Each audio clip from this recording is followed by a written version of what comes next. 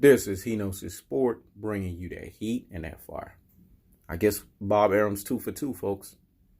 That's how it is sometimes. Sometimes you strike gold and you're consistent with what you're saying. But what did he say? What did he say?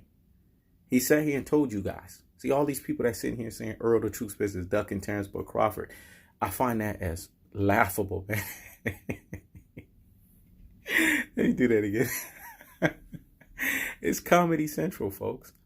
Because the man has come out a second time. Mind you, and this is within months. It ain't even weeks no more. Because the first time he met, remember, his old ass looked like he can't even walk no more. Had to get his ass chauffeured into the back. He told you he met with Al Heyman. He just came from meeting personally with Al Heyman. But who does Bob Arum represent? Does he represent Terrence Crawford? Because he mentioned welterweight, folks. Come on. We can't be dodo heads here. We can't be brain full of mush, and we can't be brainwashed followers. We have to look at things for the commonest sense here. We have to look at the most obvious that's stated in front of us. And the truth of the fact of the matter is the man told you the negotiations were happening and that he was not at liberty to discuss because he does not want to ruin the negotiations. Then let's fast forward. A few weeks later, damn near a month later, he is being interviewed recently again by Fight Hype again. And then he sits there and says, Sean Porter, you're screwed. You're out of luck. Why would he say that, folks? Come on, man. That means that the negotiations is still happening. What did he say in that video? They're looking at fall. Now, mind you, Terrence Crawford was somewhere in Dallas, right? Or in Houston, in Texas. So what the fuck was he doing there? Is he from there? I thought he was an Omaha guy. So this is the stuff that I'm talking about. Now, when this fight actually happens, I want to see what these one-trick ponies and these ultra fanboys and their ultra fanboy rhetoric has to say at this point. Because, see, this is the narrative they keep pushing. Errol the Truth Spence is ducking Bud. But all along, the fight is being negotiated under the table.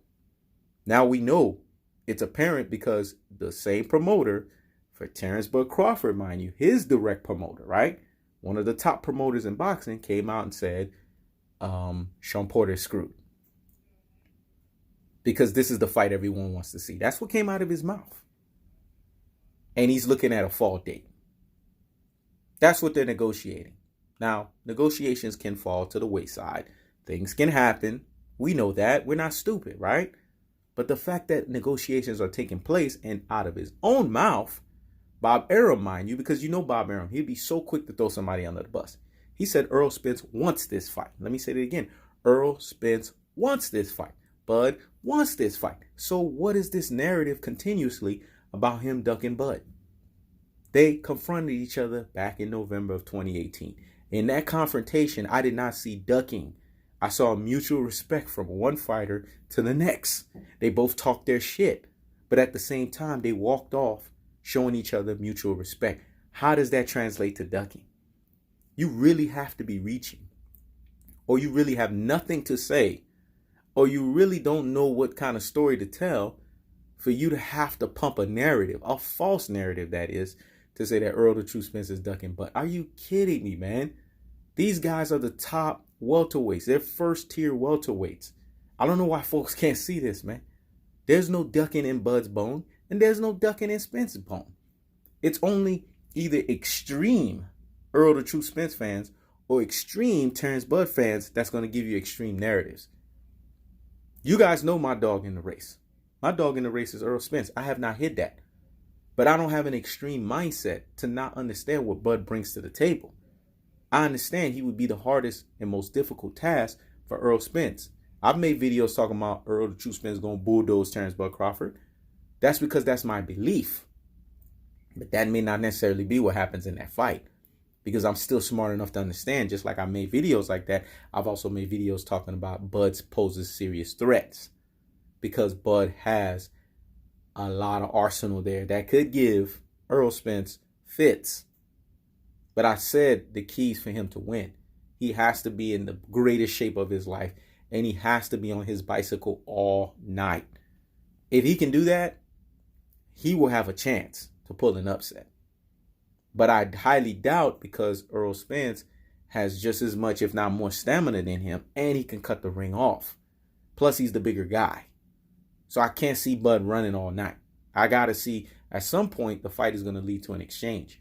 And if I take away all of their strengths and their weaknesses, which they really don't have that much weakness, the one weakness would be on Bud's side because he likes to trade. He acts like a little kid in that regard. And if he does fall into that trap, who's going to inflict more punishment on who? That's what the fight boils down to. And when you really look at it, Errol the True Spence is going to inflict more punishment on Bud than Bud can inflict on him. It's just that simple, folks. When you really get down to the nitty gritty of it, Errol the True Spence is the big guy. He's the one sparring the light heavies and the heavies. So Terrence Bud Crawford's shots are going to be like mosquito bites to him. I know that's too gutter, that's too raw, it's too, vulgar for people. And it's too blunt. But I'm a truth teller. I can't help it. I'm not going to sugarcoat things for you guys. I'm giving it to you guys raw, uncut, cold-hearted, unadulterated, and cutthroat.